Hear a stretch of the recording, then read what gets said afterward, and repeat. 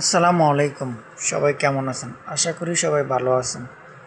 আপনাদেরকে এখন যেই জায়গাটিতে নিয়ে যাব এটি হলো কুমিল্লার লালমাইয়ে অবস্থিত একটি জায়গাটি খুবই সুন্দর এবং খুবই মনোরম পরিবেশ।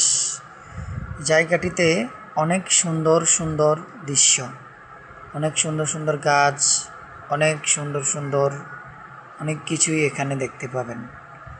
এখানে খাবারের জায়গা পাবেন, এখানে অনেক কিছুই পাবেন।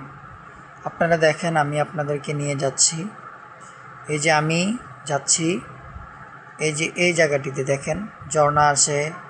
তারপরে এই যে দেখুন কত সুন্দর, অসংখ্য মানুষ এই জায়গাতে আসে। এটা হলো কুমিল্লা লালমাই 14 গ্রাম।